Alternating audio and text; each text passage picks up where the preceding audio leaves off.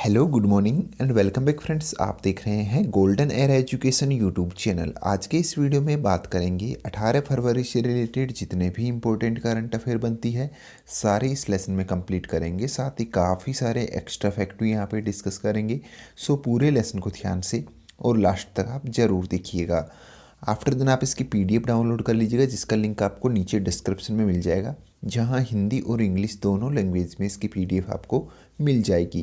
पहली बार चैनल पर विजिट कर रहे हैं तो जो इस तरह का नीचे रेड कलर का सब्सक्राइब बटन है इसे आपको दबाना है। साथ ही जो साइड में घंटी बटन होगा उसे भी आप दबा लेना है, जिससे कि आने वाली जो सारी नई वीडियोज़ होंगी अपने चैनल पर वो आपको मिलती रहेगी बिना मिस हुए।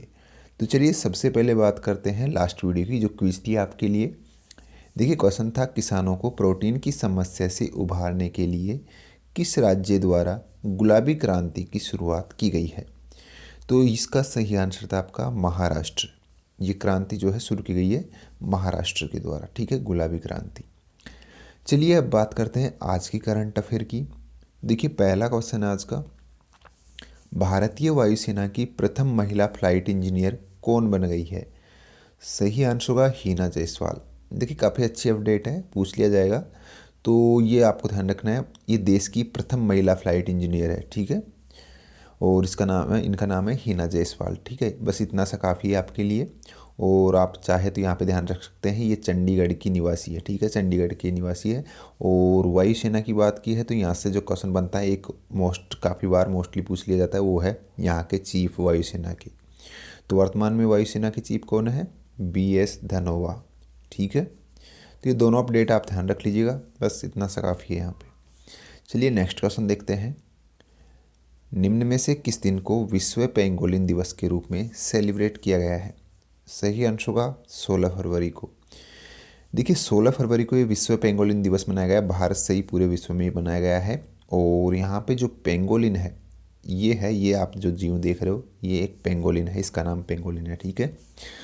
और ये क्यों मनाया जाता है? इसके संरक्षण के लिए या फिर इसको जो है बचाने के लिए ही, इसके उद्देश्य ही ये विश्व पेंगोलिन दिवस मनाया जाता है। देखिए अगर यहाँ पे बात करते हैं तो ये जो पेंगोलिन है यह एक स्तनधारी जीव है। और आपको बता दें एक इम्पोर्टेंट पॉइंट इसके बारे में, यह विश्व में सर्वाधिक तस्करी किया जाने वाला स्तनधारी जीव है। यानी कि सबसे ज़्यादा जो स्तनधारियों में तस्करी होने वाला जीव है वो यही है पेंगोलिन, ठीक है, जिसकी तस्करी सबसे ज़्यादा की जाती है। देखिए भारत ने इसको 2014 में ही संकट की श्रेणी में रख दिया था, यानी कि जो संकटपन जो जीव हैं उनकी श्रेणी में 2014 में भारत ने इसको शामिल कर दिया था। और आपकी नॉलेज के लिए बता दें कि ये जो इसका भोजन है वो है चींटी, केवल ये चींटियों को खाता है, ठीक है। चलिए नेक्स्ट अपडेट देख लेते हैं। हाल ही GS फर्स्ट भारत ने सरकारी ई मार्केट पैलेस के साथ एक समझौता हस्ताक्षर किया है। GS फर्स्ट भारत के संबंध में निम्न कथनों पर विचार करें। तो यहाँ पे देखिए GS फर्स्ट भारत और जो ई मार्केट पैलेस है सरकारी ई मार्केट पैलेस, ठीक है, इन दोनों के बीच में एक समझौता हुआ है। लेकिन हम यहाँ पे बात करेंगे जो GS फर्स्ट भारत है ये क्या है। तो देखिए पहला ऑप्शन बोल रहा है कि यह एक वैधानिक निकाय है जिसकी स्थापना भारत कृषि मंत्रालय द्वारा की गई है। तो सही बात है, जो GS फर्स्ट भारत है ये एक वैधानिक निकाय है जिसकी स्थापना जो भारत का जो कृषि मंत्रालय है उसके द्वारा की गई थी, ठीक है। दूसरा ऑप्शन बोल रहा है कि GS फर्स्ट भारत वैश्विक गैर लाभकारी संगठन GS फर्स्ट से संबंधित है। तो ये भी सही है। देखिए एक जो वैश्विक गैर लाभकारी संगठन है GS फर्स्ट, उसी से ये संबंध रखता है GS फर्स्ट भारत। ये दोनों अलग अलग नाम है, ध्यान रखिएगा। जो भारत के अंदर ऑपरेट होता है GS फर्स्ट भारत नाम है, और एक विश्व स्तर पर जो कार्यरत है संगठन उसका नाम है GS फर्स्ट केवल, ठीक है। और इसी का एक निकाय है ये जो GS फर्स्ट भारत है, ठीक है। तो ये चीज़ आप ध्यान रख लीजिएगा। GS फर्स्ट की हम बात कर रहे हैं तो इसका जो हेडक्वार्टर है वो है ब्रसेल्स में, ठीक है, ब्रसेल्स में इसका हेडक्वार्टर है। तो ये सारे ऑप्शन आपके सही है यहाँ पे, तो आंसर होगा उपयुक्त सभी सही है, ठीक है। और देखिए यहाँ पे GS फर्स्ट के बारे में थोड़ा सा कार्य बता देता हूँ, इसका क्या काम है भारत के अंदर, GS फर्स्ट का गठन क्यों किया गया था या फिर जो है क्यों इसको लाया गया है भारत के अंदर, ठीक है। तो देखिए जितने भी जो मतलब कि ऑनलाइन प्रोडक्ट होते हैं, उत्पाद होते हैं, उनको ट्रेस करना, साथ ही उनके लिए जो बार कोडिंग होती है वो जारी करने का जो कार्य होता है वो इसी के द्वारा किया जाता है, जीएस फर्स्ट के जरिए। ठीक है, तो ये आप ध्यान रख लीजिएगा। नेक्स्ट अपडेट देखिए, गुवाहाटी में आयोजित 83वीं सीनियर राष्ट्रीय बैडमिंटन चैंपियनशिप महिला एकल का खिताब किसने जीता है?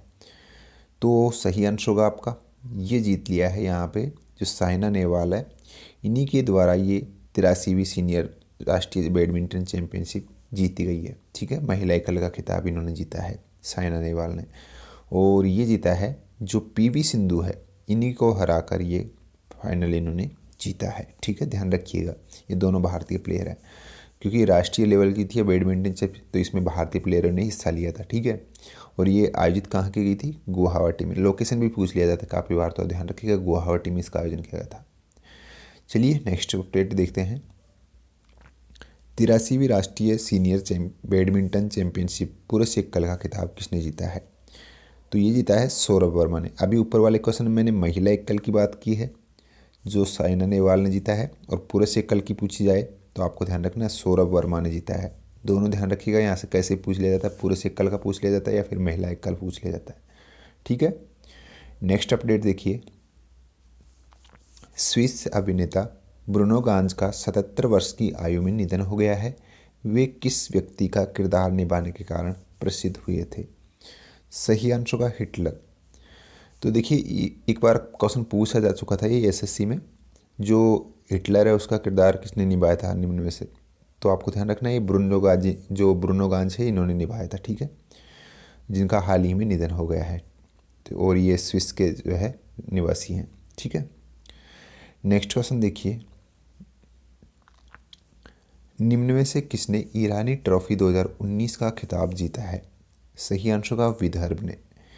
देखिए जो ईरानी ट्रॉफी हाल ही संपन्न हुई है, इसका जो फाइनल खेला गया था विदर्भ और रेस्ट ऑफ इंडिया, इन दोनों के बीच में खेला गया था फाइनल, जिसमें विजेता कौन रही है? विदर्भ रही है, और उप विजेता इसमें रेस्ट ऑफ इंडिया रही थी। ठीक है, आपको पता हो मैंने पिछले वीडियो में बताया था, अभी विदर्भ ने जो रणजी है वो भी विदर्भ ने जीता था 2018 का, और 2019 का भी इसी ने जीता है। ठीक है, तो रणजी पूछा जाए तो आपको ध्यान रखना विदर्भ ने, ईरानी ट्रॉफी पूछा जाए तो ये भी विदर्भ ने।